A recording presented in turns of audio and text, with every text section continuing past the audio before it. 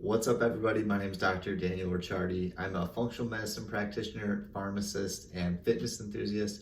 I help clients with SIBO and other gut-related conditions so they can feel better and live harder. This week's video is going to be a Q&A session of sorts. It is a first for my channel. I've never done this before. I've gotten a ton of fantastic and insightful questions and comments on the videos in my channel, and I picked out some of them for this video to kind of dive a little bit deeper to and give an even more elaborate, detailed, and thought out response. All right, so first question up is, how long did it take for you to get rid of your SIBO? So I talked about in one of my older videos my experience with SIBO and then how I treated my SIBO. I just talked about my whole experience. I had SIBO for probably 6 to 8 years. I remember it happened after a food poisoning episode, and then it kind of seemed like at some point after that it had definitely started. And when I did the antimicrobials, I actually got really fortunate. I didn't realize how lucky I was, but I treated it in 6 weeks. At the time, when I was going through the die-off symptoms and was even more bloated when I was going through the treatment from that die-off, I was like, oh, this is the worst thing. Retrospectively, looking back, I realized I was incredibly lucky that this only took 6 weeks. For a lot of people, probably the majority of the people, you're definitely going to do multiple treatments. It's not uncommon for somebody to do 3 or more rounds of SIBO treatment before they're showing any signs of remission. Some people, each round you would do, you get a little bit more remission of symptoms.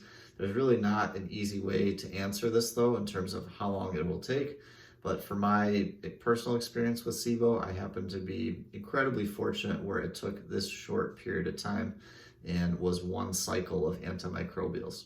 All right, so next question up here I really like this one also, by the way. It is, why is everyone getting SIBO suddenly? It barely existed 20 years ago.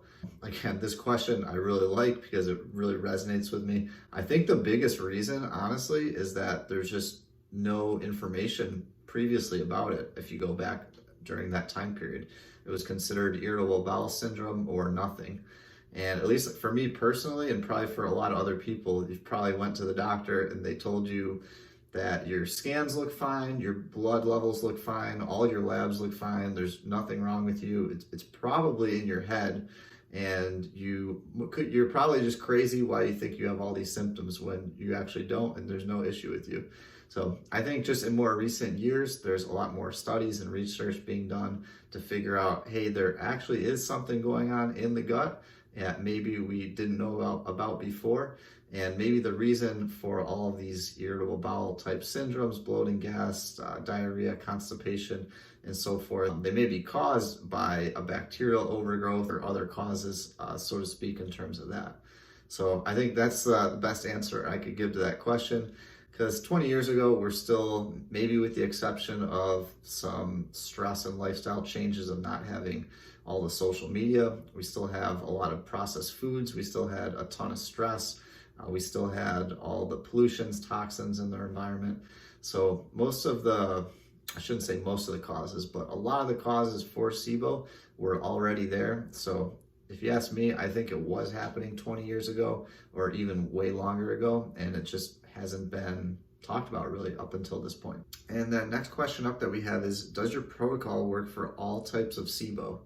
So that question kind of refers to the empiric type treatment that I did for my SIBO.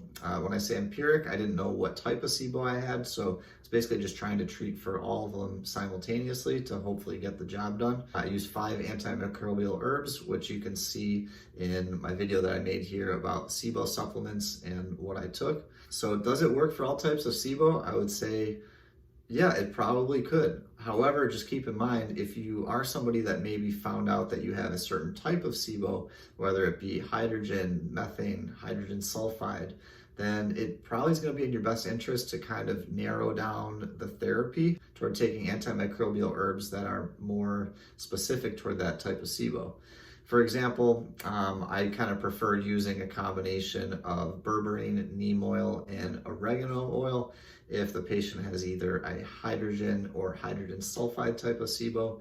And then for a methane dominant type of SIBO, usually prefer more of a high dose allicin which is the active ingredient in garlic, and then oregano oil and neem as well. So, but to answer the question, yeah, the protocol that I put out there, yeah, it absolutely can work for all types of SIBO. Just keep in mind, you want to do what's best for you, and sometimes that might mean switching it or adjusting a few things accordingly. And then the final question I'll go over on this video was, how did you know what worked and what didn't if you were taking so many supplements? And I think this one was initially asked in reference to preventing a recurrence of SIBO. So in order to answer that, you really would have to go kind of trial and error with taking only one variable at a time. Obviously, from going from treating SIBO to just preventing the recurrence of SIBO, you're going to be taking supplements, but you really don't want to take a ton of supplements a long period of time. So eventually you'll start weaning off of certain ones. So I would just say do one at a time and go slow. I know when I was reducing the betaine HCl pepsin, I slowly reduced the dose I took in the middle of each meal from one capsule. I reduced every few days or so until I eventually weaned off of that. I tried weaning off the digestive enzymes, which after I stopped, I noticed I was getting a little more kind of residual bloating in my lower abdomen below my belly button. So I eventually added that back. So I would just say make very slow, gradual changes in making any adjustments when you're trying to prevent the recurrence after you've done the treatment. And then this wasn't really what the question was asking, but in terms of how do you know what helped and what didn't, if looking at the antimicrobials, you technically don't really know which ones did the majority of the heavy lifting. Technically, one could have been completely ineffective and another one could have been fantastic, but there's no way to ever know. Allicin or oregano killed 60% of the bacteria, whereas berberine only killed 5% of it. There's no way to know that. But honestly, most people, at least the way I feel, I don't really care which herb did the job. I just want to feel better. So if you're like me and that's what you want, kind of go with a bunch of them as we've talked about previously. And that's the best answer I could give for that question as well.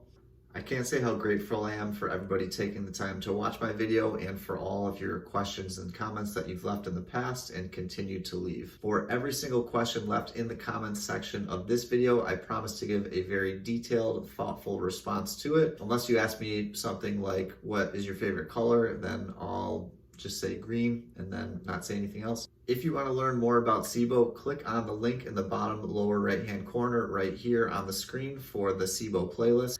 Thank you very much for watching. I hope you have a wonderful week. And as always, tune in next week, Monday, 6 p.m. Central Time for next week's video. Take care.